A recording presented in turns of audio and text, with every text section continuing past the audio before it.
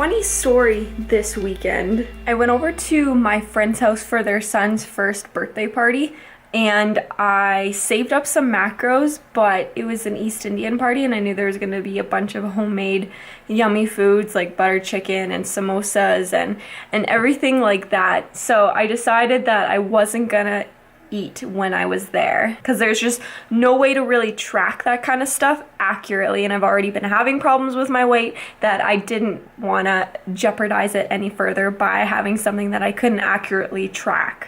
But the party was going way longer than we kind of expected, and Kyle and I were filming it for our friends, so we wanted to make sure that we were there for most of the time. So Kyle and I were both getting really hungry, and we were debating whether we were going to go home and eat and come back, but we were convinced to order pizza. So I had enough room to have 3 slices of Panago cheese pizza, but I was a little bit nervous to have it just because my weight's been fluctuating like crazy, and the sodium in Panago pizza is through the roof, so it's an abnormal amount for me to have. But I decided to have pizza anyways with the expectations that my weight would go up the following day. But oddly enough, when I woke up the next day, I had a new low weigh-in of 115.8 pounds. And if you've been following this series, you know that I haven't gotten below 116 pounds. So it was really weird. I was completely thrown off and weirded out by it.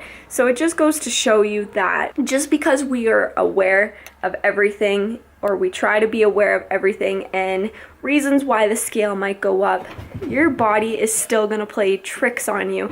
It has a mind of its own, I swear to God.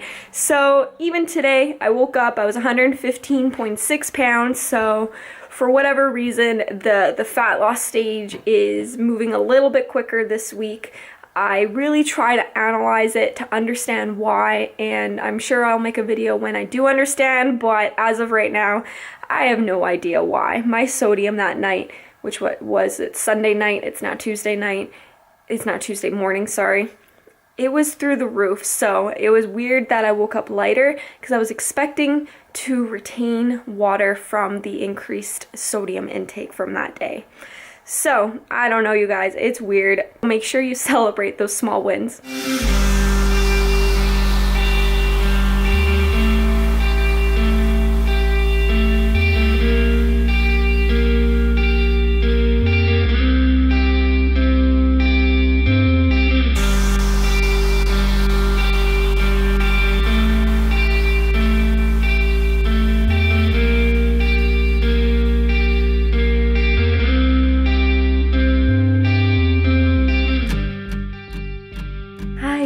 Guys, I want to quickly take some time today to discuss why it's optimal for you to take breaks throughout the day, especially if you have a sedentary lifestyle and you're sitting on your butt quite a bit. It's important to take a break from taking a break, essentially. Take a break from sitting all day. Your body really gets used to this type of lifestyle, and it's actually very detrimental to your long-term health. It's very detrimental to your longevity of life. So getting up and getting moving every hour or so is very important. I sit quite a bit.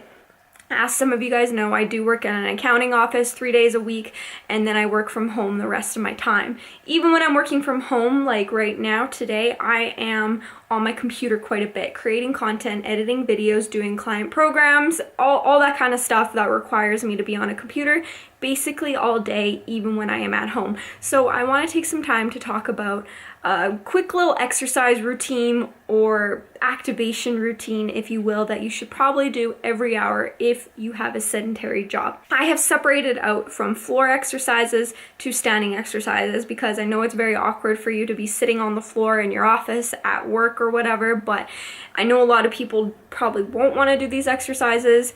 But you gotta ask yourself if your health is more important than what your coworkers think of you.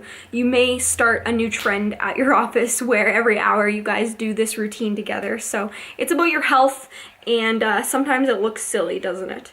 Yes, it does, but it's worth it, okay? So let's get into the floor routine. So if you guys work from home like I am today, this is an excellent routine for you to do when you're at home. So we are starting out with, sorry, I'm gonna overlay the footage while I pet my dog because he's very needy. He doesn't like it when I exercise.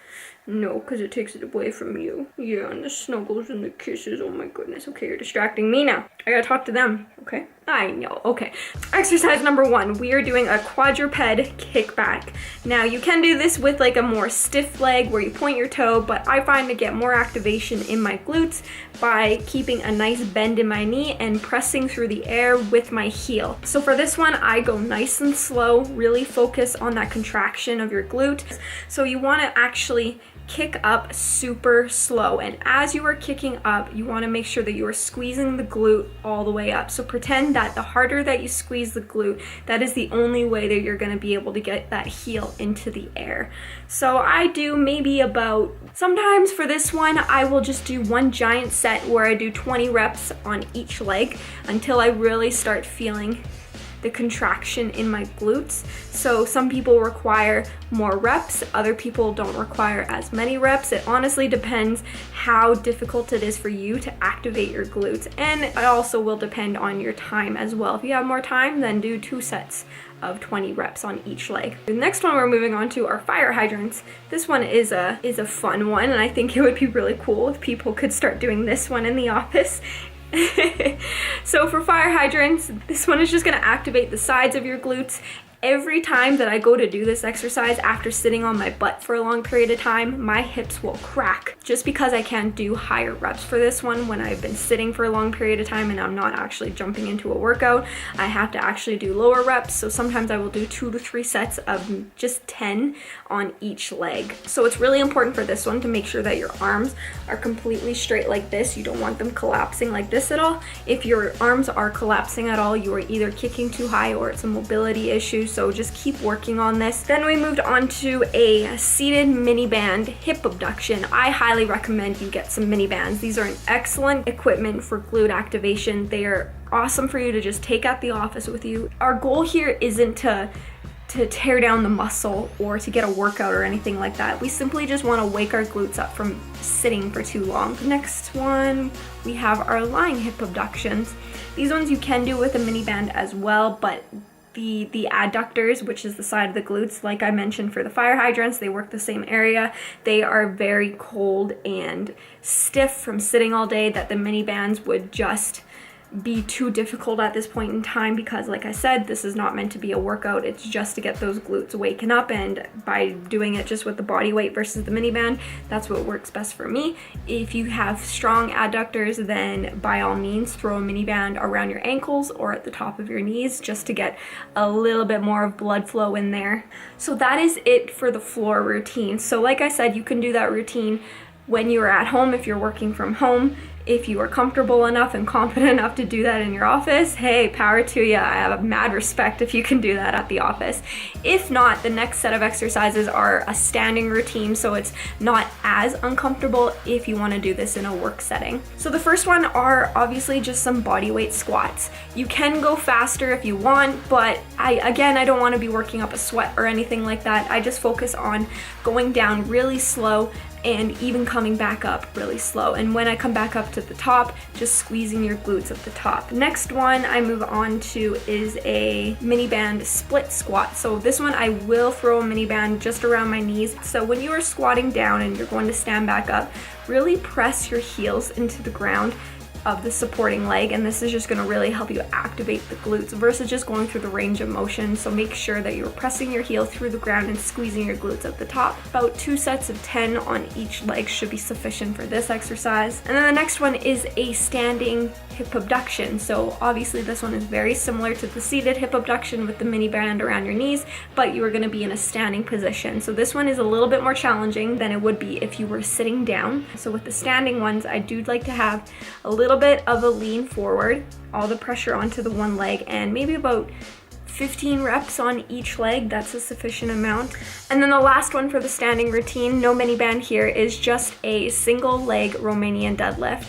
I really like to hold on to something. You can just have both hands on your hips if you want to just focus on your balance. I find that I lose activation when I do this, so this is why I will hold on to something with one hand. Typically, if I'm doing this exercise at the gym, the other hand will be holding a dumbbell, but in this case, just because we're just looking for a pre-activation, just a body weight, one of these is totally sufficient. So you want to keep a nice slight bend in your knee and drive your hips back with the one leg out. And when you go to stand back up straight, again, you want to press your heels through the floor, and this is really going to help activate that supporting leg. You don't have to do all these exercises every single hour, maybe do 1 or 2 of them, but I've given you a nice good variety depending on your settings throughout the day that you can incorporate just a couple of these exercises, but do try to do them at least every hour if you are sitting all day, especially for those who are looking to grow their glutes. I wish I knew about this years ago, because sitting on my butt has made activating my glutes when I'm actually working out extremely difficult, and it is very frustrating. Even if you aren't trying to grow your glutes, this is still just a really good routine for you to consider doing for your lower body. Even guys too, definitely make sure that you are just activating your body if you're sitting all day.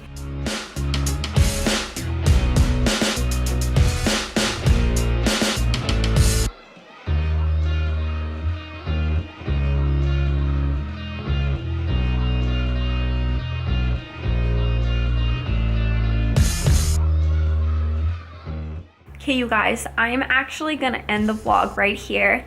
I was gonna go to the gym and train at College Heights and do a voiceover for you guys, but it is Valentine's Day, and Kyle and I are actually gonna have a little bit of a lift together and do our cardio together. So romantic, right? So I have to go to Good Life today versus going to College Heights to film for you guys, but I will have footage and voiceover in my next video. So I wanted to quickly take a quick moment to say happy Valentine's Day to everybody.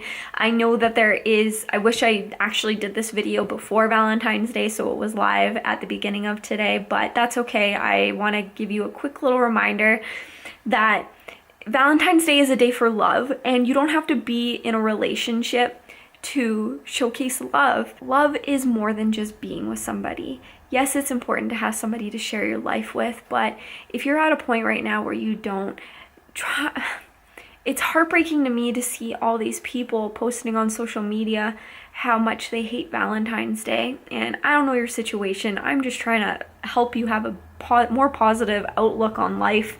If you don't have somebody to love, you can love yourself.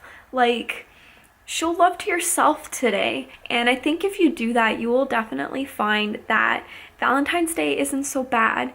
Yeah, it's a silly tradition, and like Kyle and I are going to the gym. We didn't get each other a present. He didn't get me flowers. I didn't get him anything. Like, it is just another day, but it's a day to celebrate love. So if you don't have someone special in your life, you have your friends, you have your family, and most importantly, you have yourself. Show some self-love to yourself, okay? So when I say happy Valentine's Day, don't be like, well, I have no one to have Valentine's Day with. It's not worth it to have that much hate in your heart, okay? And I think that's what Valentine's Day is about. It's about reminding yourself that there are things in this world to love, okay? So, happy Valentine's Day, okay? I hope that you had a good one, and if not, I hope next year's is better for you, okay? Thanks for watching, you guys, and I'll see you in the next one.